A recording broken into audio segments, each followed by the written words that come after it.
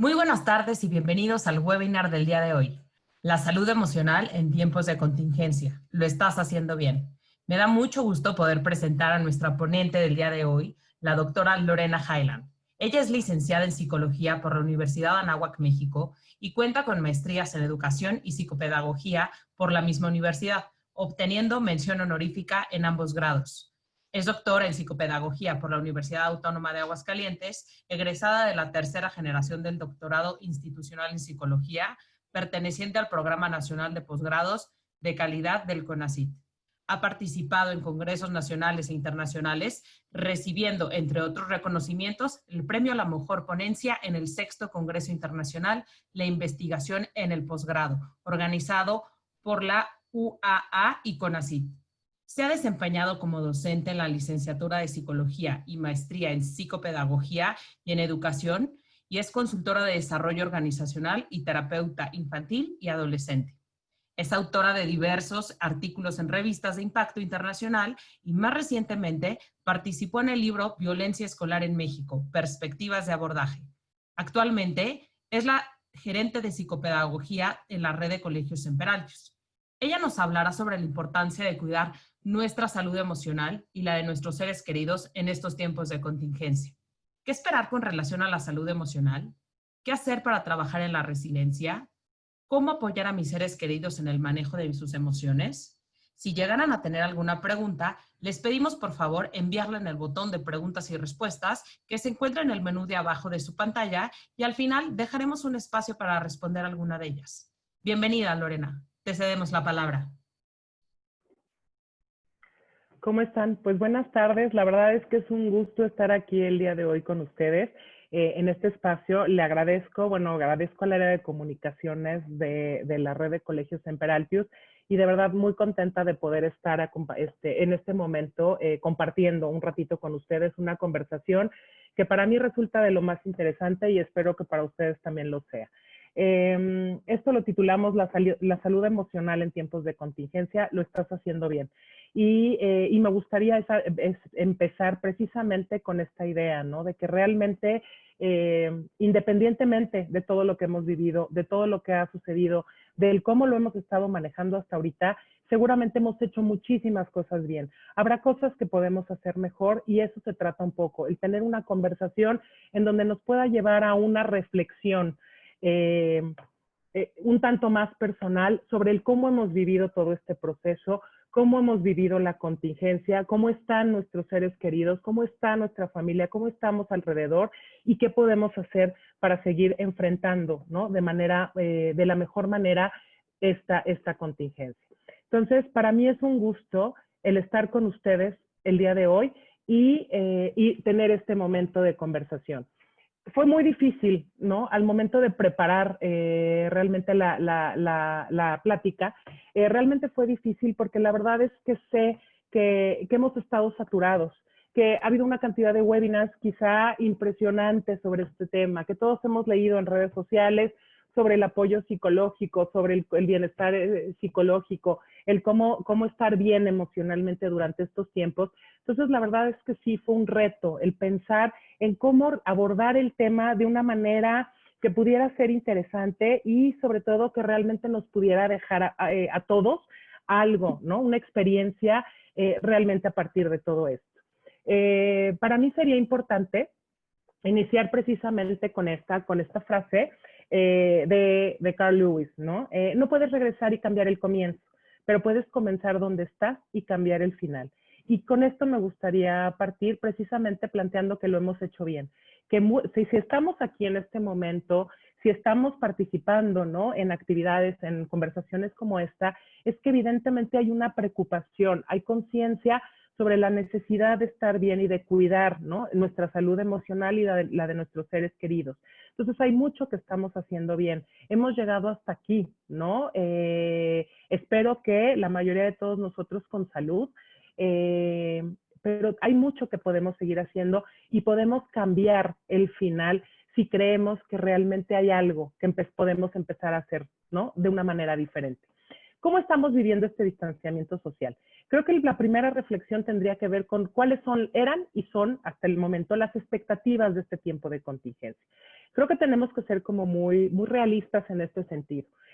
Cuando empezó, ¿no? El confinamiento, cuando empezó la contingencia, creo que todos, ¿no? Guardamos información sobre los recorridos de todos los museos en el mundo que tenían, ¿no? Finalmente estas visitas virtuales, y teníamos planes de conocer desde, ¿no? Desde el Hermitage al Louvre, al Museo de Arte, ¿no? Los museos de Nueva York, y todos teníamos ya un listado de museos que íbamos a recorrer. Todos a lo mejor descargamos, ¿no? Alguna app o vimos, accedimos a algunos videos para pensar en hacer ejercicio, ¿no? O plantear una rutina de ejercicio diferente, planteamos remodelaciones, ¿no? Todos buscamos por ahí, teníamos el dato de todas estas tiendas de pintura, utensilios, ¿no? Que tenían servicio a domicilio. Planteamos una serie, teníamos una expectativa en ese momento sobre la contingencia, que al paso de los días, y yo diría al paso de las semanas y ahora de los meses, nos dimos cuenta que evidentemente no era real, ¿no? Y eso es una primera reflexión que es importante que empecemos a trabajar. El cómo lo estamos viviendo, qué expectativas teníamos y qué expectativas tenemos ahora. Y que las expectativas que teníamos originalmente, si no se han cumplido del todo, que creo que es nuestra realidad en la mayoría de los casos, no pasa nada. Finalmente lo estamos haciendo bien. Esto no íbamos a aprender, ¿no? Todos bajamos cursos, sobre todas las universidades del Ivy League que tenían cursos gratuitos en línea. Entonces, como les decía, ¿no? Íbamos a recorrer museos, tomar una serie de cursos, todos teníamos que aprender algo nuevo, ¿no? En estos momentos de contingencia. Y la realidad es que eso no necesitamos hacer todo esto para estar bien. ¿Cuál es la prioridad? Es la salud emocional. Y para eso, a veces tenemos que replantearnos esas expectativas que teníamos al iniciar, precisamente para que no, en lugar de ayudar, no simple y sencillamente nos vayan generando más ansiedad o más angustia. En la conversación de hoy, ¿cuáles son algunas de las ideas, ¿no? Que vamos a estar manejando? El cómo todos, padres, alumnos, docentes, estamos enfrentando el reto de adaptarnos a una nueva realidad. Y esa es una parte fundamental. Estamos asumiendo una nueva realidad y esto tiene serias implicaciones, ¿no? Por un lado nos estresa, por un lado, pues evidentemente nos enfrenta a lo desconocido, a la incertidumbre. Hay un principio, ¿no? Una premisa por ahí en psicología. Ustedes saben que la psicología no es una ciencia exacta. Entonces, pues evidentemente no hay muchas reglas, ¿no? En ese sentido, pero sí hay un principio, ¿no? Uno de los tantos principios en psicología es que no hay nada más amenazante para el ser humano que la incertidumbre. Y evidentemente este tiempo de contingencia nos enfrenta precisamente a un estado de incertidumbre. El adaptarse a una nueva realidad evidentemente genera incertidumbre y como tal, pues evidentemente nos generó tensión y estrés. Nos enfrentamos a la educación en línea, ¿no? Que como ustedes han escuchado en algún momento se hablaba de homeschooling, ¿no? Y nosotros hacíamos mucho hincapié en la red de colegios. Esto no es un modelo de homeschooling, es un modelo de educación a distancia en tiempos de contingencia. ¿Por qué hacer, por qué hacer esta diferenciación o por qué enfatizar esto? Porque esto no es un modelo, no era un modelo de homeschooling. ¿Por qué? Porque no se asumió de manera voluntaria. No es un modelo educativo que asumimos padres, docentes, alumnos de manera consciente y de manera voluntaria. Tuvimos que, el escenario, ¿no? La situación nos enfrentó a la necesidad de asumir un modelo de educación a distancia y además en tiempos de contingencia. Esto evidentemente nos generó incertidumbre e implicó nuevos retos, ¿no? Tanto para los docentes como para los padres de familia. Los padres de familia, docentes y alumnos tuvimos que desaprender para poder reaprender, ¿no? Y poder adaptarnos, por ende, a esta nueva realidad. ¿Qué tuvimos que desaprender? Muchas veces las funciones o la participación que se pedía de mí en este proceso. Y esa es una parte fundamental de entender. Y el tercer punto al que quería yo referirme a mi rol en tiempos de contingencia. Mi rol en este caso como padre de familia o como formador, ¿no? Evidentemente en tiempos de contingencia. Ustedes, digo, evidentemente, creo que todos recibimos memes o vimos, ¿no? En redes sociales, comentarios o alusiones a esto de volverme la Miss de mis hijos, el aprender a ser maestra, yo no soy docente, yo no estudié para esto, yo no sé ni puedo ser maestra. Y esa es una parte muy importante que sí yo los llevaría a esa primera reflexión. Mi rol en tiempos de contingencia. ¿Cuál es mi rol? Y mi rol no debe cambiar independientemente de la situación. Mi rol es, ¿no? En este caso, el de padre de familia. Mi rol es el de docente. Yo como padre de familia, mi rol no varía. Y eso es una parte bien importante. Y después, digo, si tenemos tiempo, me gustaría profundizar un poquito en ello. Pero mi rol como padre de familia no se modifica. Mi rol sigue siendo el de madre. Simple y sencillamente, hay un docente. Y por eso hacemos tanto énfasis en la importancia de favorecer y de mantener la comunicación con el colegio y con ese docente. ¿Por qué? Porque el rol de docente no es mío, es de él, ¿no? El maestro está ahí y él es el quien asume este rol. Mi rol sigue siendo el padre de familia. ¿Cuál es la diferencia? ¿Qué es lo que tuve que desaprender, ¿no? Y reaprender en esta nueva realidad? Es que dentro de mi rol de padre de familia, las funciones o mi participación en el proceso de aprendizaje de mi hijo o de mi hija es diferente. Entonces tuve que participar de una manera diferente porque la situación me lo exige o me lo exigía.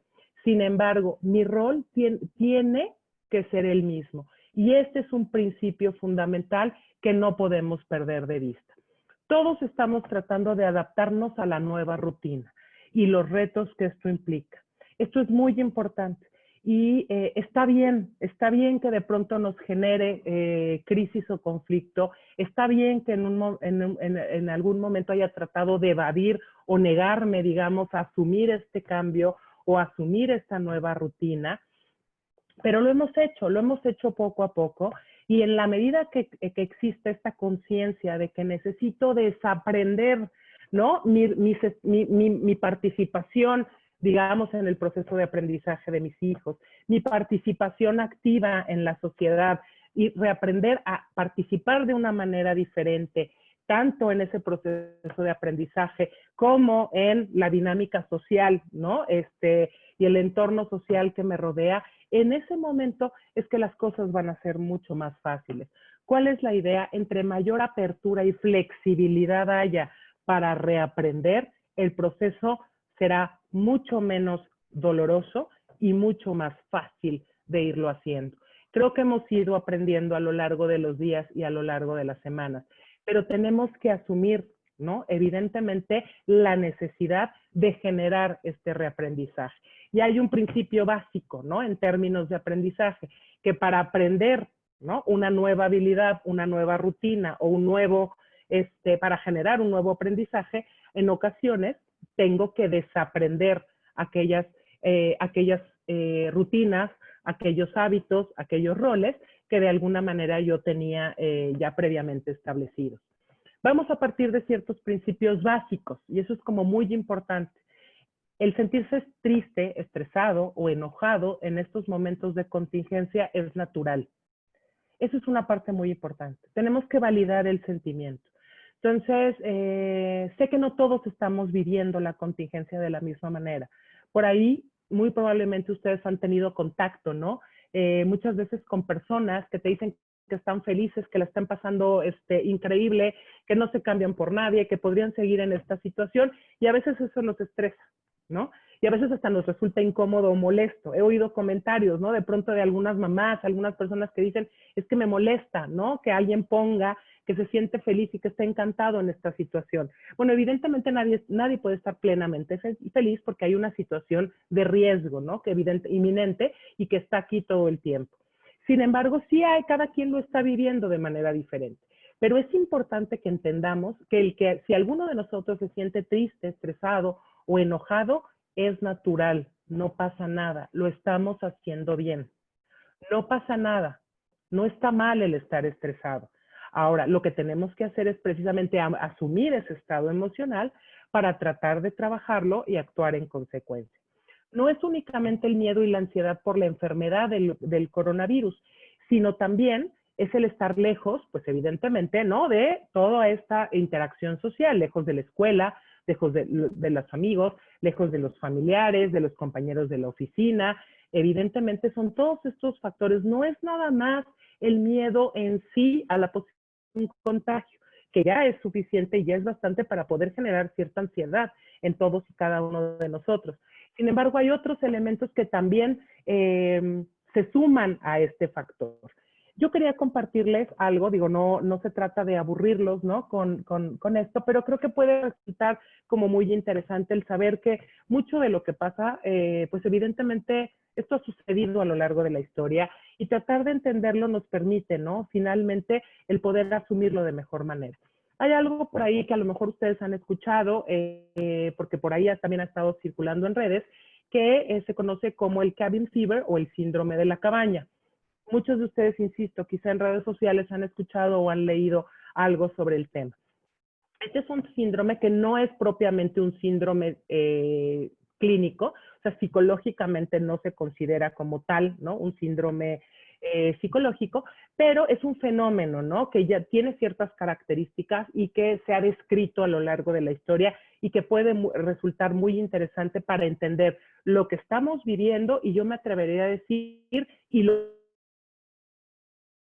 que viene en los próximos meses. Siglo XV, a principios del siglo XVI, ya en la época de las 13 colonias, ¿no? De América del Norte, se empieza a describir un fenómeno, ¿no? Que hoy por hoy conocemos esto, ¿no? Como el síndrome de, ya insisto, famoso cabin fever, ¿no? En inglés. ¿A qué se refiere esto? Pues bueno, esos colonos, ¿no? Que de alguna manera pasaban largos periodos, quizá en los viajes transatlánticos o en el invierno, ¿no? Resguardados por largos periodos de tiempo antes de poder otra vez viajar, en este caso, ¿no? De regreso a Europa, pasaban muchos meses o periodos largos, ¿no? Más o menos promedios de 50 días o más, encerrados, ¿no? Evidentemente sin poder salir. Y se empieza a documentar desde entonces que hay un fenómeno, hay ciertas características en términos de comportamiento y hay cierta afectación en los individuos precisamente por esta situación y por este encierro. Entonces, este síndrome de la cabaña, ¿qué es lo que nos explica? Evidentemente que el cerebro necesita sentirse a salvo y hay un momento en donde se siente amenazado, ¿no? Se siente amenazado y empieza a tener ciertas implicaciones, evidentemente, todos estos elementos alrededor de este encierro. ¿Cuáles eran algunos, y a ver si les checan o les suenan conocidos, cuáles son algunas características, ¿no? Que ya están descritas, insisto, en la historia desde el siglo XVI? Bueno, pues estos colonos, ¿no? Después de largos periodos de encierro y después también ante la posibilidad de volver a salir, ¿no? Y las implicaciones o la ansiedad que genera, porque alguien pensaría, bueno, después de estar más de 50 días encerrados, yo debería estar feliz de poder salir corriendo, ¿no? Y eso pensaríamos ahorita que nos dicen que ya estamos, ¿no? Muy cerca de poder salir y regresar a esta nueva normalidad, pues debería de haber una sensación de felicidad, ¿no? Y de euforia en todos nosotros, y no en todos los casos es lo mismo. Evidentemente, en muchos de nosotros puede haber como ciertas inquietudes, mucho temor, mucha preocupación, sin llegar evidentemente a la patología, pero sí podemos estar viviendo como cierta incertidumbre ante el encierro, ¿no? O ante el confinamiento, o de cara a la contingencia, pero también ante la expectativa o la posibilidad de regresar, ¿no? A esa nueva normalidad. ¿Cuáles eran algunas de esas características, insisto, que ya están documentadas desde hace mucho tiempo? Bueno, pues estos colonos, ¿no? En el encierro y ante la posibilidad de salir, ¿no? Después de periodos prolongados, empezaban a experimentar o a presentar situaciones o sentimientos de insatisfacción, de aburrimiento, de abatimiento, ¿no? Esta sensación de abatimiento, apatía, baja motivación, la sensación de una necesidad imperiosa de romper con la rutina. Y este es un dato como muy curioso, porque si lo analizan, ¿no? Lo que nos están planteando es que este confinamiento nos está generando, o puede estar generando en muchos de nosotros, una sensación de una necesidad apremiante de romper con la rutina, la monotonía de la rutina que estamos viviendo, y sin embargo, si lo analizan, es como, pues como una jugada extraña del cerebro, porque realmente en la vida diaria, en el trabajo, en la oficina, en la casa, en la escuela, también hay una rutina diaria, ¿no? Que puede resultar bastante tediosa o monótona por momentos. Todos teníamos una rutina, una hora para despertar, ciertas actividades, un camino que recorríamos para ir a la oficina o para llevar a los niños a la escuela, o una rutina en la casa, ¿no? Quienes se dedican, ¿no? Estaban en casa. Hay rutinas y también podían resultar monótonas o tediosas. Sin embargo, no había esta necesidad imperiosa que estamos viviendo ahorita de romper con la rutina. Disminuía la paciencia, ¿no? Éramos como más intolerantes o impacientes. Se refiere, por ejemplo, a alteraciones en el sueño. Entonces, pues hay dificultad para conciliar el sueño o despierto constantemente durante de la noche. Hay estudios por ahí que también a lo mejor muchos de ustedes han visto en redes sobre muchos centros terapéuticos están observando que, por ejemplo, las personas están teniendo como más pesadillas o sueños más raros o extraños, ¿no? Este tema de alteración hasta en las ensoñaciones, insisto, pesadillas recurrentes que aparentemente están asociadas, ¿no? Evidentemente con esta contingencia y con este confinamiento, la baja en la concentración, ¿no? De pronto dificultades en la concentración, mayor irritabilidad. Y no estamos hablando de enfermedades mentales, no estamos hablando de una patología, no estamos hablando de que ya estamos diciendo que la persona desarrolla lo que ya podría ser después una patología, lo que podría ser una agorafobia, ¿no? Una fobia, un terror absoluto ¿no? Ante la posibilidad de salir, ¿no? De pronto otra vez al mundo real, ¿no? Valga la expresión. Aquí estamos hablando de un fenómeno bastante natural y común que está documentado desde el siglo, insisto, desde el siglo XVI y que se presenta en muchas de las personas. Y es muy importante que lo asumamos.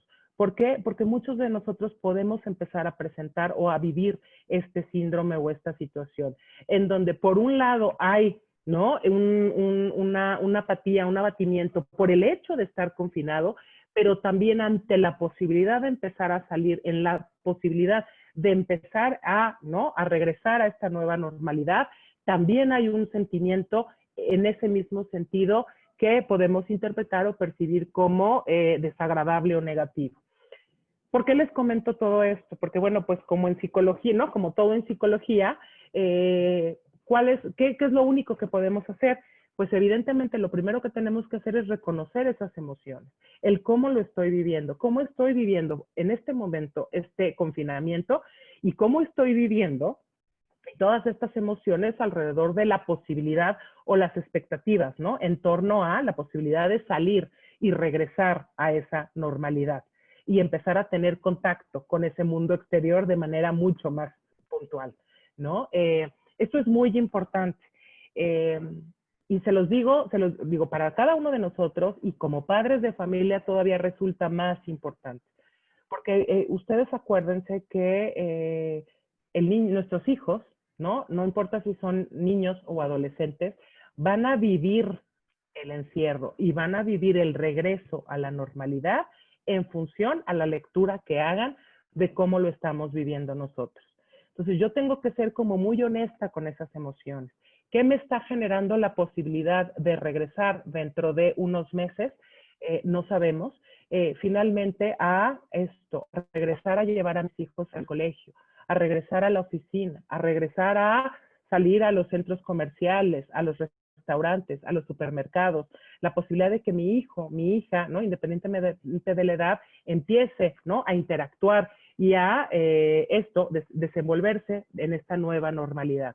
Tengo que ser como muy realista en este sentido, porque yo le voy a transmitir todas estas emociones y él o ella lo va a vivir en función a cómo yo esté viviendo este proceso.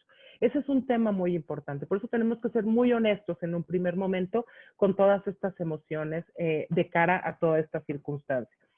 Después, ¿qué tendríamos que hacer? Hablar sobre estas emociones. Y en este caso, desde mi rol de padre o madre de familia, promover el diálogo y que él o ella también hable de estas emociones. Cómo está viviendo este confinamiento y cómo está viviendo y cuáles son las emociones ante la expectativa de regresar a esta nueva normalidad, de salir y empezar finalmente ¿no? A interactuar, a relacionarse y a involucrarse en esa dinámica y en la vida diaria y en lo cotidiano, ¿no? De regreso. Tenemos que empezar a trabajar en formarnos y hacer muy presente una visión, lo que podríamos llamar como una visión saludable de tu integración social. O sea, empezar a tener una visión saludable de cómo se va a ir dando esa integración social. para generar una expectativa positiva. Ustedes saben que la mente en ese sentido es como muy fuerte. Entonces, esa visión que yo haga positiva o negativa de cómo va a ser esa integración social va a ser fundamental.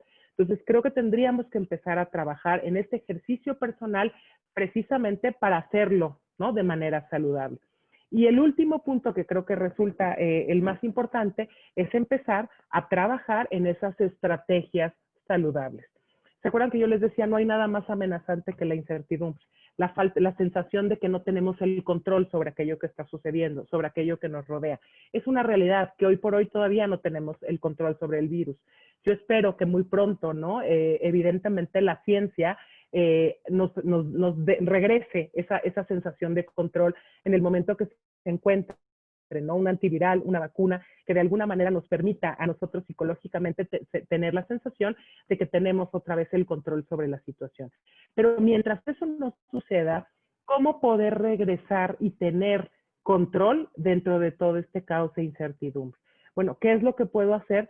Simple y sencillamente es entender y asumir esas estrategias saludables de vida que por un lado además evidentemente garantizan o aumentan finalmente, ¿no? Las posibilidades de mantener la salud y al mismo tiempo psicológicamente me regresan la sensación de control. Y lo mismo sucede con los niños. Los niños pueden estar viviendo momentos de mucha incertidumbre, pueden estar viviendo como muchísima tensión o estrés en ese sentido. En el momento que nosotros hablamos y les reiteramos el cómo sí podemos tener hasta cierto punto el control sobre la situación, en la medida que mantenemos la sana distancia, utilizamos el cubrebocas, nos lavamos las manos, nos cambiamos cuando salimos, ¿no? Si tenemos que salir a algo, nos cambiamos al momento que llegamos a casa. Sobre, ¿no? Cómo sanitizamos los productos cuando llegan del supermercado. O sea, todas estas medidas, el hablarlo y dialogarlo con ellos es precisamente el hacerles ver que papá y mamá tienen el control hasta cierto punto, que tenemos el control, que podemos implementar estrategias saludables que no solo, ¿no? Insisto, nos garantizan o promueven la salud física, sino también psicológicamente nos regresan esa sensación de control.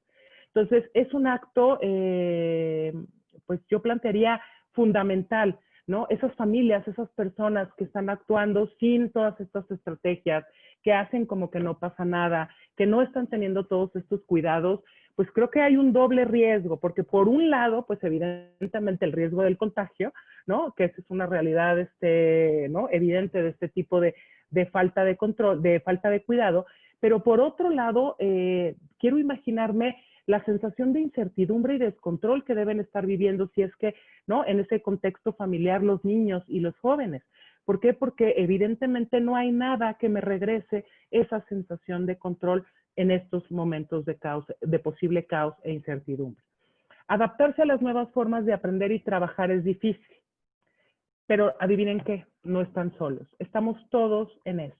Y por eso es tan importante, y desde los colegios, y hablo por la red de colegios, pero sé que en todas las instituciones educativas hemos hecho un esfuerzo muy importante para tratar de mantener la comunicación, ¿no? Esos canales de comunicación abiertos con los padres de familia, con los alumnos, precisamente para apoyar este proceso de adaptación, para tratar de mantener ese sentido de pertenencia, para mantener esa conectividad que todos los seres humanos necesitamos, para que los padres puedan seguir asumiendo su rol de padres de familia y exista un docente que asuma ese rol de maestro, ¿no? O esa figura. No están solos en esto.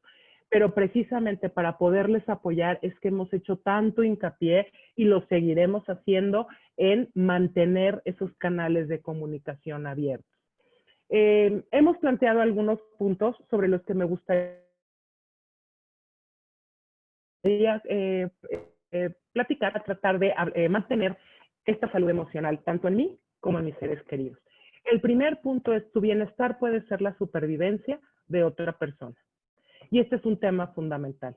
Esto no es un acto de egoísmo. El cuidar mi salud emocional, el cuidar mi bienestar físico y emocional o psicoafectivo no es un acto de egoísmo. mi bienestar puede ser la supervivencia de otra persona. Y ese es un punto fundamental. Cuando enfrentamos una crisis, lo primero que se ve afectado es nuestro bienestar mental, pero al mismo tiempo ese bienestar mental va a ser lo primero que nos va a ayudar a soportar y sobrevivir esa misma crisis. Por eso es tan importante el trabajar en este bienestar emocional. Insisto, yo sé y de alguna manera, ¿no? Para mí era preocupante. Yo decía, a lo mejor nadie se conecta o a lo mejor nadie realmente le interesa ya un webinar como este, porque ya lo hemos escuchado 1000 veces, lo hemos leído 1000 veces en redes sociales. Pero es muy importante entenderlo. Yo lo llevaría a 30 segundos de reflexión. ¿Qué hago todos los días? ¿Qué estoy haciendo para mantener mi bienestar emocional? Sé que como madre, como padre, siempre estamos pensando primero, ¿no? En nuestros hijos. Pero esto no es un acto de egoísmo, al contrario, ¿no? Precisamente viene de un amor incondicional a nuestros hijos. Mi bienestar puede ser la supervivencia de ellos. Es exactamente de lo que estábamos hablando. Porque si yo me siento tranquilo, si yo me siento seguro, si yo estoy trabajando en esa visión, insisto, segura y positiva de la integración social, del regreso a la normalidad, eso es lo que les voy a transmitir y así lo van a vivir ellos. Entonces, este es un tema fundamental que no podemos olvidar. Otro punto importante es lo que llamamos la aceptación total. Utilicé el término de aceptación total para no hacer alusión a otro concepto que es el de aceptación radical, que para quien le interesen estos temas creo que valdría la pena hacer una lectura sobre ello. Este concepto de aceptación radical surge ya hace varios años con una mujer llamada Marsha Linehan, que ella era una paciente, una persona con esquizofrenia, que vivió alrededor de, si no me equivoco, 20 años hospitalizada en una institución psiquiátrica. Y bueno, pues después de mucho tiempo en donde no había tratamientos que funcionaran, medicamentos y demás, se genera finalmente este trabajo y se vuelve, ¿no? Como una técnica, un modelo terapéutico que llamamos el de aceptación radical. Precisamente para no darle esa connotación, yo utilicé aquí el término de aceptación total. Pero la idea de fondo es la misma. Cuando aceptas la realidad, tomas el mando, porque puedes valorar si quieres, ¿no? Le das valor si quieres a esa realidad y puedes cambiarla si lo deseas, ¿no? Tengo que asumir qué es lo que está ocurriendo, no puedo negarlo, no puedo evadirlo. Todavía es increíble, pero todavía por ahí escuchamos de pronto conversaciones donde de verdad el coronavirus existirá, no será un invento de ello, todavía tengo dudas de que realmente exista. Pues evidentemente lo único que nos lleva a pensar es que pues todavía esa persona está en una fase de negación, ¿no? O sea, todavía, ¿no? En este proceso todavía no hay, ¿no? Finalmente esta aceptación. Lo primero, ¿no? Ante el dolor, ante la angustia, ante la inseguridad, lo primero que tenemos que hacer es asumir la realidad, ¿no? Esto es lo que está ocurriendo. No nos están preguntando si nos gusta, no nos están preguntando si nos parece. Desgraciadamente, esto es lo que está sucediendo. Y como tal, tenemos que asumirlo. Ahora, ¿qué es lo importante? El cómo puedo gestionarlo. Volvemos a lo mismo. El tema es cómo recupero la sensación de control. Yo no controlo el virus, eso lo tenemos clarísimo. Pero ¿qué sí puedo controlar dentro de todo este entorno? Eso es parte de este proceso de aceptación total. Hay muchas cosas que puedo controlar. Puedo controlar el cómo lo vivo, puedo controlar finalmente, insisto, el establecer o implementar estrategias y rutinas y hábitos saludables y positivos que promuevan finalmente un estado de salud física y de salud emocional. Hay muchas cosas que sí puedo controlar dentro de todo este entorno. Entonces, eso es un elemento fundamental. Y evidentemente, contabilizar los recursos que tengo para afrontar esta adversidad. ¿Con qué sí cuento? Hay cosas que no puedo controlar. Hay recursos que no tengo en este momento. No tengo una vacuna, no tengo un medicamento. Pero hay muchos recursos personales, ¿no? Y físicos, ¿no? Exteriores, que sí tengo en este momento y que evidentemente me permiten enfrentar esa adversidad. Es importante recordar que hay cosas que se pueden controlar y hay cosas que están completamente fuera de mi control. y como tal tengo que asumirlo, tengo que aceptarlo. No puedo pelearme, no puedo decir es que no me parece, es que no estoy de acuerdo, es que me niego a seguir encerrado, es que no me gusta estar así. Tengo que aceptar, ¿no? Acuérdense este concepto de aceptación total o aceptación radical. Tengo que asumir que esta es la realidad en este momento. Hay cosas que no están en mi control, pero hay muchas cosas que sí están. La importancia, insisto, es ir generando sensaciones de control en la medida de lo posible. Y aunque ustedes no lo crean, ese cubrebocas, ese sanitizante, este confinamiento, ¿no? Estas medidas regresan, psicológicamente mueven o favorecen mi salud, sino además me regresan esa sensación de control. Estar en modo de crisis hace aún más difícil el acceder a las partes sanas del cerebro, ¿no? Cuando estoy en un estado de crisis es mucho más difícil, ¿no? Evidentemente, regresar a este estado de salud emocional. Aquí, por ejemplo, digo, obviamente esto no es, ¿no?, una conversación sobre neuropsicología ni sobre el correlato orgánico de las emociones, pero sí nada más les presento como cuáles son estas sustancias, ¿no? Hablando de neurotransmisores y otras sustancias que están en el cerebro que están involucradas en estos estados de bienestar, ¿no? El bienestar emocional. Entonces, bueno, simple y sencillamente, ¿no? Les pongo ahí algunas sugerencias. Son algunas actividades, algunas rutinas o algunas, perdón, actividades o cosas que podemos hacer todos los días para promover ese bienestar y esa salud emocional. Yo sé que a lo mejor lo ven y parece absurdo o parece tonto. Sin embargo, esto es un ejercicio consciente. En la medida que yo aumente mis niveles de, en este caso, ¿no?, de neurotransmisores, de dopamina y de serotonina, o que aumente mis niveles, por otro lado, de oxitocina y de endorfinas, evidentemente regreso a un estado, ¿no?, de salud emocional. Esas partes sanas del cerebro trabajan más y de mejor manera. Y hay cosas muy puntuales que puedo hacer todos los días precisamente para promover ese estado de salud emocional. Otro punto importante, yo lo planteaba como dejar de vivir en un libro de historia y bajar expectativas, que es un poco ya de lo que hemos hablado. Por ahí también hemos leído y han escuchado muchísimo, ¿no? Esto de que el 2020 lo tachen, ya no voy a cumplir este año porque no lo usé, el 2020 es como si no hubiera existido. Pues la realidad es que sí existe, tenemos que dejar de vivir en un libro de historia. El 2020 existe, lo que estamos viviendo existe, los días pasan, y lo vemos, quienes somos madres, pues lo vemos. Yo tengo una hija que mañana cumple 11 años, entonces decir que este periodo no existe, pues evidentemente sería absurdo y sería irreal. Y tenemos que aceptarlo y tenemos que asumirlo. Escuchaba el otro día en otro webinar al padre Guillermo Serra, ¿no? Y decía y compartía esto de hacer lo ordinario extraordinario. Pues sí, creo que puede ser un recurso importantísimo en este momento. Pero estos últimos meses han sido estresantes para todos. Y a veces sí, evidentemente, no parece la vida real, ¿no? Pero tenemos que tomarnos el tiempo para hacer cosas que nos hagan felices. Incluso si no están relacionadas, ¿no?, con la escuela, con el trabajo, todo eso nos puede salvar. Y eso se llama autocuidado. Y acuérdense que decíamos, no es egoísmo. Mi bienestar puede ser la supervivencia de otro.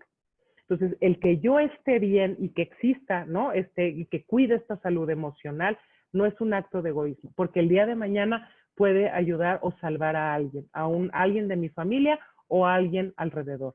Entonces, ¿no?, esa es una parte como muy importante que no podemos dejar a un lado.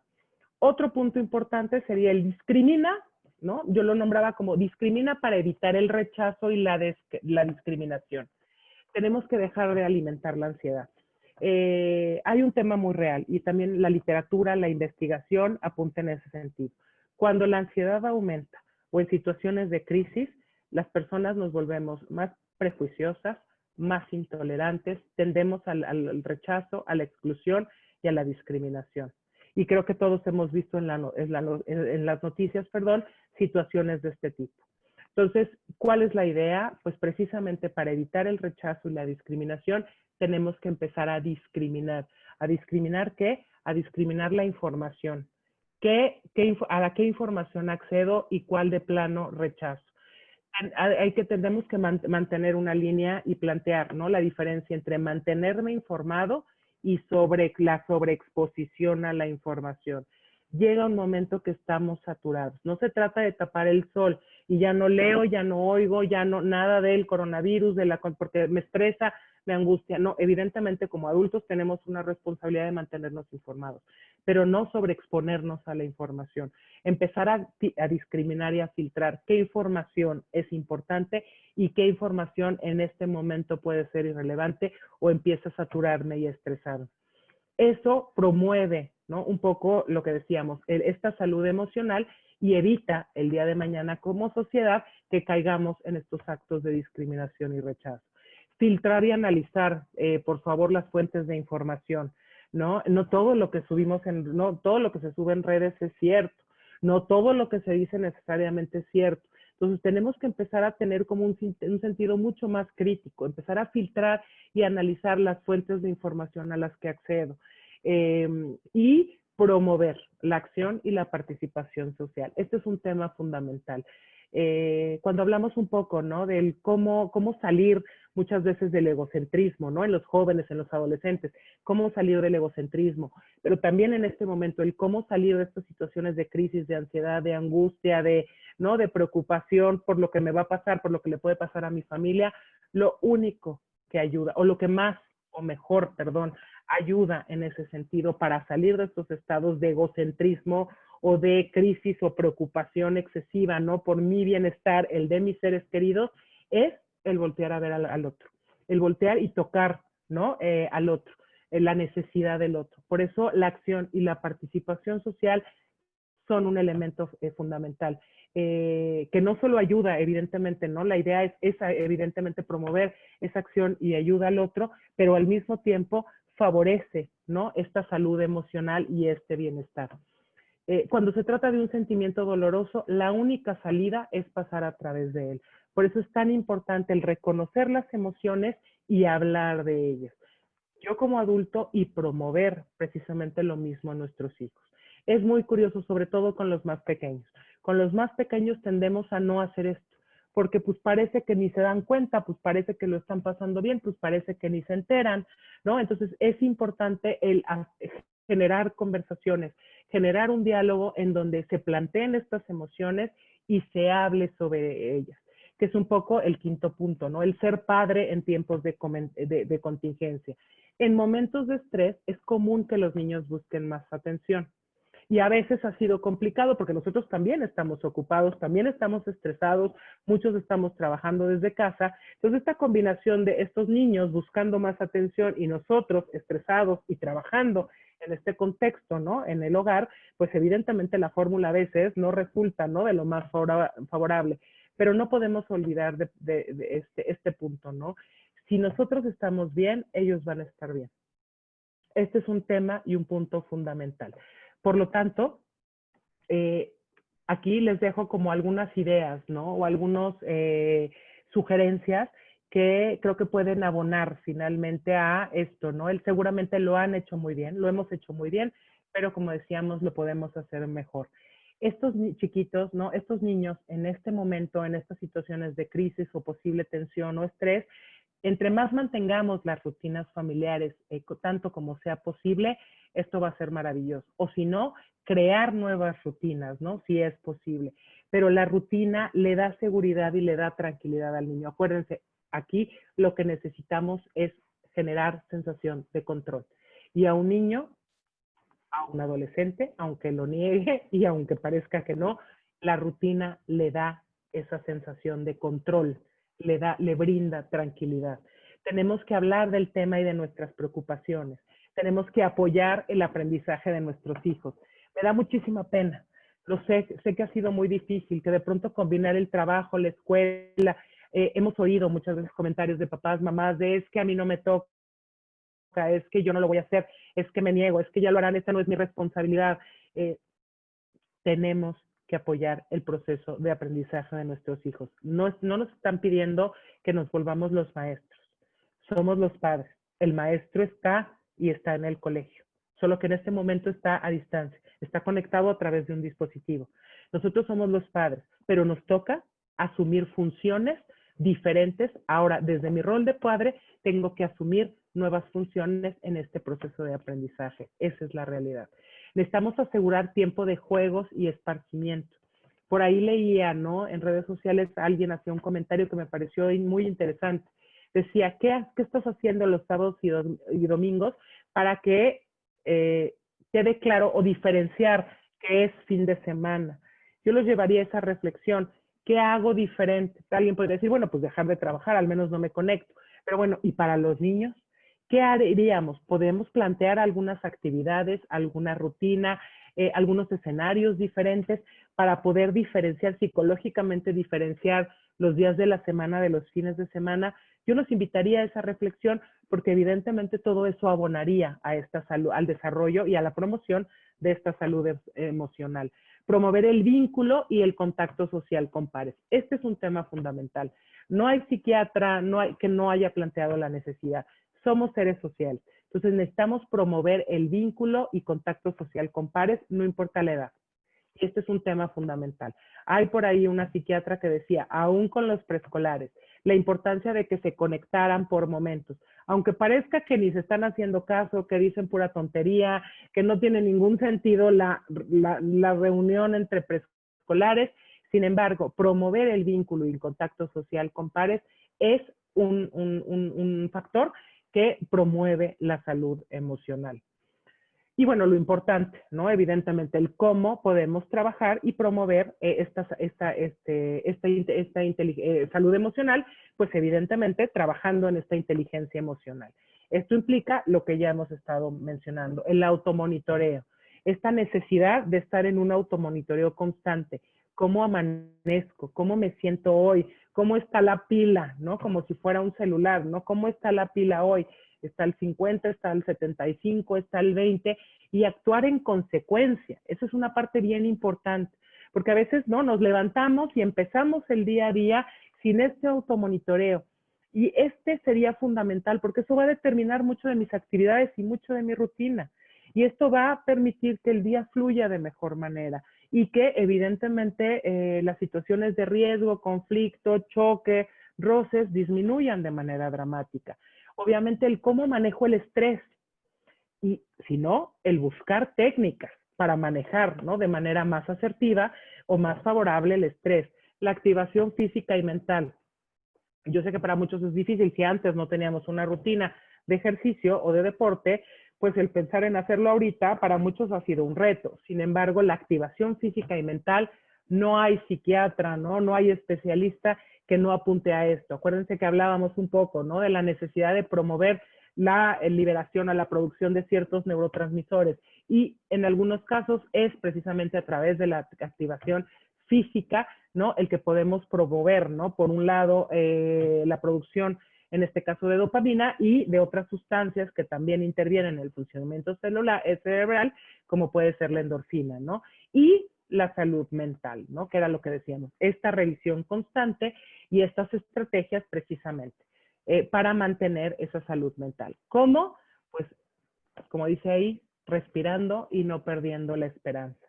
Y esto única y no es una frase romántica o se refiere a precisamente el no perder la esperanza. La manera de hacerlo desde la perspectiva o el ámbito psicológico es tratando de regresar a tener una sensación de control, estableciendo otra vez, ¿no? Y manteniendo estas rutinas, estas estrategias que me permitan regresar a esa sensación de control. ¿Por qué? Porque si no, lo que podemos generar, evidentemente, es un estado de ansiedad en niños, adolescentes y adultos. La ansiedad no siempre se ve como preocupación. La ansiedad no es necesariamente una persona que se ve, ¿no? Tiritando, comiéndose las uñas o mordiéndose los labios constantemente. No siempre es preocupación. La ansiedad puede verse como irritabilidad, como conductas obsesivas, como organización o trabajo excesivo, como una manera de evadir, ¿no? Evidentemente aquello que me angustia, como caer en excesos, ¿no? Por ejemplo, en este caso de alimentación, mareos, entumecimiento, somnolencia, insomnio, o sea, cambios en el estado de alerta, ¿no? Y en el sueño, en la persona, la falta de concentración y la evitación del contacto social o la interacción con pares. Es muy importante que seamos capaces de identificar esos posibles rasgos de ansiedad en mí y en mis seres queridos. Y en los niños la ansiedad se ve de manera diferente, sobre todo en los más pequeños. Es muy común, muchas madres de familia se han acercado en estos últimos días, semanas, para comentar, ¿no? Que de pronto han observado que hay conductas que nosotros llamamos regresivas, ¿no? O regresiones, se están empezando a presentar regresiones. Este chiquito que ya no se hacía pipí y ya controlaba perfecto esfínteres y otra vez de pronto estamos teniendo accidentes a lo largo de la semana. Este chiquito que ya no se chupaba el dedo, o de pronto me volvió a pedir el chupón, o de pronto otra vez habla como bebé cuando ya no hablaba así, o de pronto empezó a jugar a que gateaba cuando ya camina, o situaciones que de alguna manera pueden ser, ¿no? O nosotros identificamos como regresivas, que podríamos interpretar como posibles signos de ansiedad. Entonces es muy importante estar conscientes de ellos y otra vez, no nos preocupemos, no pasa nada. Es natural que en estos momentos se puedan vivir estas situaciones o estos estados de ánimo. Simple y sencillamente es tener la capacidad para reconocerlos, identificarlos y actuar en consecuencia. ¿Qué es lo que necesitamos? ¿No? Hablábamos un poco de trabajar en la resiliencia, y cómo a través de la empatía, la contención y recursos. El darle a la persona la confianza otra vez y hacerle ver con qué recursos cuentan, ¿no? Y para esto no nos vamos a meter muchísimo porque evidentemente ya el tiempo se nos viene encima, pero sería como hablar un poquito de estos principios de los primeros auxilios psicológicos. ¿Qué son? Y los primeros auxilios psicológicos, aquí hay un principio básico. Los primeros auxilios psicológicos los puede dar cualquiera, no necesariamente tiene que ser un psicólogo. Pues sería maravilloso, pero no siempre tiene que serlo. Tiene que ser alguien lo suficientemente empático, cercano, con esta sensibilidad, pero podemos ser alguno de nosotros. ¿Se acuerdan del primer punto? Mi bienestar puede ser la supervivencia del otro. Entonces, en algún momento puedo ser yo quien esté brindando, ¿no? Estos primeros auxilios psicológicos a alguien, inclusive en mi casa, ¿no?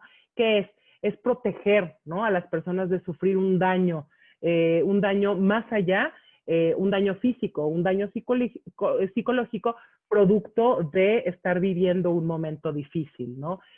¿Cómo? A través de esto, ¿no? De la empatía, ¿no? De generar, de hacer sentir a la otra persona escuchada, entendida, atendida, ¿no? Finalmente que estoy ahí y estoy tratando de contactar con él, con su necesidad, con su dolor o con su preocupación, de contener en ese momento para tratar de ayudarle a disminuir, ¿no? Ese estado de ansiedad que en este momento le está rebasando y hacerle ver con qué recursos cuenta o contamos precisamente, o sea, ¿no? Para poder salir adelante.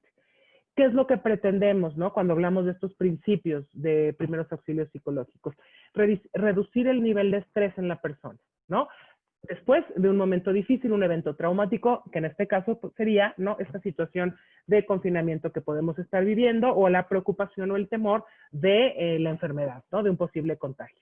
Conectar con la persona afectada y conectarla con su red de apoyo, que en este caso podríamos ser nosotros mismos, ¿no? Pero conectarlo con su red de apoyo, hacerle ver que no está solo, que hay personas que están preocupados, que le rodean, que están ahí para apoyarle y que están ahí, y que nosotros también estamos ahí, evidentemente, para poder apoyarle en la medida de lo posible, ¿no? ¿Qué necesita en este momento para estar mejor o para sentirse mejor? Potenciar las estrategias de afrontamiento de la persona afectada, hacerle ver cómo ha solucionado, ¿no? Que en él o en ella están los recursos, ¿no? Para salir adelante, que ha pasado por otras situaciones donde ha tenido que salir adelante, donde ha tenido que superar ciertas situaciones, donde ha tenido que buscar solución, donde ha tenido que, ¿no? El hacerle ver que ha habido otras experiencias que no tienen que ser idénticas, sino aquellas situaciones o momentos de crisis o momentos difíciles en donde tuvo ya las herramientas o las estrategias de afrontamiento para salir adelante. Y obviamente fomentar la autonomía de esta persona para apoyarle en que pueda ir tomando decisiones pequeñas que le ayuden a recobrar, como decíamos, el control sobre su vida, ¿no? Que en este momento parecería tambalearse. Y con esto, pues a mí no me queda más que agradecerles. Dejamos todavía un breve espacio para preguntas y pues nada, me quedo con este mensaje y es finalmente algo que tenemos que tener presente, que es todo esto va a pasar. Se los agradezco. Muchísimas gracias y buenas tardes. Cedo el micrófono. Muchas gracias, Lore. Muy agradecidos, obviamente, pues con todo el conocimiento muy interesante, todo lo que nos has compartido y tenemos aquí algunas preguntas.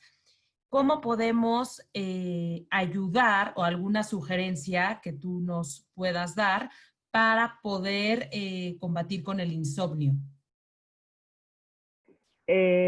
Bueno, creo que ese es un tema que estamos enfrentando muchos de nosotros, ¿no? Entonces, bueno, tiene que ver con, o bueno, algunas cosas que pueden ayudar, tiene que ver con generar una rutina previa, ¿no? Al momento de, por ejemplo, en este momento acostarnos, que de alguna manera promueva, ¿no? Finalmente el sueño.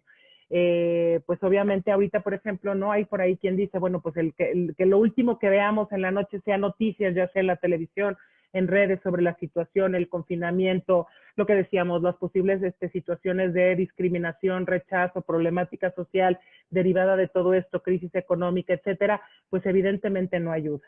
En la medida que nosotros incorporemos actividades, activación física y actividad mental en nuestra rutina, en el día a día, esto favorece, ¿no? Y promueve el que podamos lograr combatir el insomnio. Digo, también hay ciertos recursos naturales, ¿no? En ese sentido, a los que podríamos de alguna manera también recurrir, pero de alguna manera la activación física, la activación mental, este bienestar o este estado de tranquilidad, que tiene que ver otra vez con filtrar estas emociones, esta información previo a todo esto, creo que puede ser importante. Hay por ahí también expertos que han dicho, en esta nueva realidad donde de pronto nuestro hogar se ha vuelto el mismo espacio en donde trabajo, estudio, ¿no? Vivo, ¿no? Y convivo con mi familia, de alguna manera el tratar de promover en la medida de lo posible, yo sé que no en todas las casas o no en todos los hogares se puede, pero diferenciar espacios. Entonces, no tratar de evitar que la recámara sea el mismo espacio en donde trabajo o estudio, porque de alguna manera el cerebro, ¿no? De alguna manera se confunde, porque es ese mismo espacio en donde resuelvo situaciones. Entonces, tratar de mantener el espacio, ¿no? De la recámara como ese espacio que está destinado única y exclusivamente a esa finalidad y buscar otros espacios alternos en el hogar para lo demás, ¿no? Para lo que tiene que ver con actividades de estudio, de trabajo, etcétera, puede apoyar y bueno, puede resultar, ¿no? Favorable. Perfecto. Y hay varias preguntas en torno a este tema de si es normal que te sientas cómodo en tu casa y con tu familia, pero al escuchar que se va a retomar la normalidad, pues esto empieza a generar ansiedad y cómo manejarlo pues con los hijos, que también ellos se enfrentan a este miedo de retomar la normalidad. Es lo que decíamos, es totalmente natural, ¿no? Y es muy común y es natural y no pasa nada. No estamos mal y simple y sencillamente se trata de asumirlo, de reconocer la emoción, hablarla y actuar en consecuencia. ¿Se acuerdan que era lo que planteábamos o tratábamos de ejemplificar con el síndrome de la cabaña? Me puedo estar sintiendo muy, muy cómodo y nada más la sensación, la idea de salir y regresar a esa nueva normalidad genera esta sensación totalmente estresante o angustiante, ¿no? Que era lo que decíamos. Todo el mundo pensaría que la lógica, ¿no? Debería ser diferente, deberíamos estar eufóricos y querer salir, y no necesariamente es el caso. ¿Cuál es la idea? Yo tengo que empezar a visualizar, ¿no? Tener una visión y empezar a generar una visión positiva de ese regreso. Tratar de plantear estas actividades, estrategias, ¿no? Que me regresen esa sensación de control para podérselas transmitir a nuestros hijos. Porque si yo estoy preocupada, ellos van a estar preocupados por default. Ese es un principio y como tal entonces tendríamos que asumirlo. Y si yo estoy preocupada, tampoco me voy a estresar al respecto, ¿no? Porque no se trata de aumentar el estrés.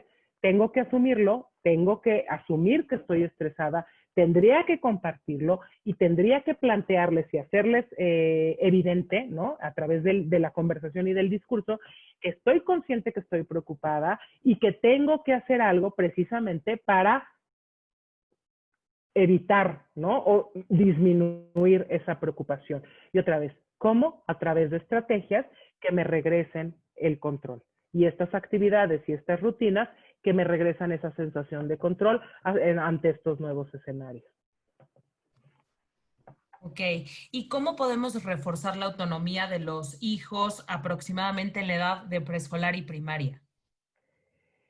Eh, ¿Cómo podemos regresarles, promover la autonomía? Bueno, pues esto es, digo, obviamente es un momento maravilloso para poder hacerlo.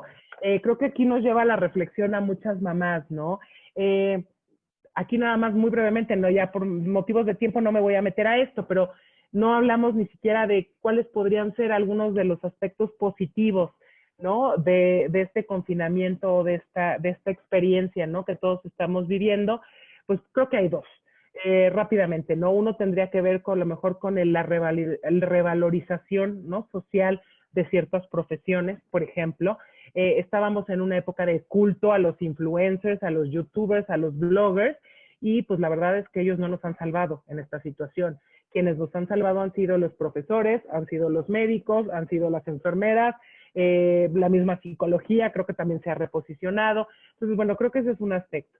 Y el otro que tiene que ver precisamente con la pregunta, pues va en el sentido de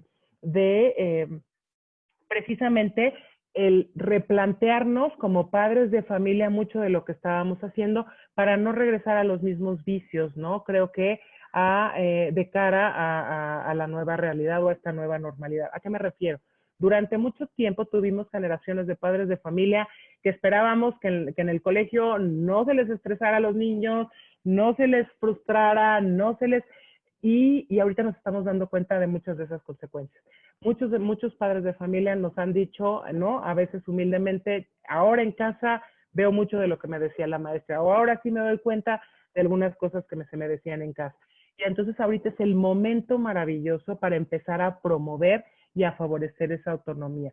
Poco a poco, de manera gradual, con pequeñas actividades, con pequeñas situaciones dentro de la misma rutina, evidentemente acorde a la edad y asumiendo evidentemente que este es un proceso gradual, pero creo que es un momento ideal para poder tratar de favorecer, ¿no? Cada vez el que él sea más autosuficiente, que se vaya sintiendo capaz, el hacerle sentir que confiamos en él, el hacerle sentir, ¿no? Que evidentemente él puede hacerlo y evidentemente promover ciertas actividades o situaciones en donde él pueda desempeñarse de manera más independiente.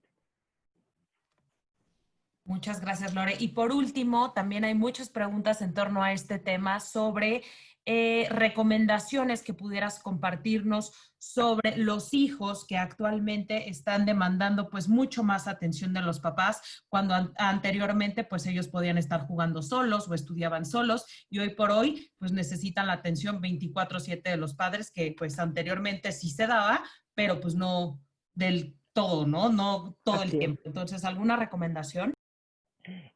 Bueno, pues creo que también tenemos así, la idea es obviamente poco a poco el ir promoviendo, ¿no? Finalmente el regresar, ¿no? A estas actividades un tanto más independientes, más autónomas, pero desgraciadamente, digo, y aquí a lo mejor, ¿no? Tendríamos que asumir que sí, de pronto durante este periodo sí tenemos que estar, ¿no? Un tanto más presentes en ese sentido. ¿Por qué? Porque de alguna manera también puede ser un reflejo de toda esta ansiedad que están viviendo. Entonces también la verdad es que necesitan a papá y a mamá mucho más presentes. Yo sé que es muy difícil y lo entiendo sobre todo porque muchos de nosotros al mismo tiempo estamos combinando la casa, el trabajo, ¿no? Y además nos toca finalmente esto, pero tenemos que asumirlo. Entonces sí buscar espacios, buscar momentos, hacerle ver que a lo mejor no puede ser durante todo el tiempo, plantear rutinas, ¿no? Para que haya claridad de en qué momentos, pero sí creo que es algo que nos toca en este momento precisamente para promover y cuidar ese bienestar y esa salud emocional de la que estamos hablando. Muchísimas gracias, Lore. Agradecemos infinitamente todo lo que nos has aportado la tarde del día de hoy y también agradecer a todos los que nos acompañaron. Recordarles que podrán encontrar la grabación de este webinar y de otros de los diferentes temas de interés en nuestro podcast de Spotify, Crece Siempre, en nuestro canal de YouTube y les pondremos las ligas en ambos, en el chat para que puedan accesar a ellos. Los invitamos también a conocer más sobre los colegios de la red Semperaltius en informes.semperaltius.edu.mx y estar también muy al pendientes de los siguientes webinars que estaremos transmitiendo.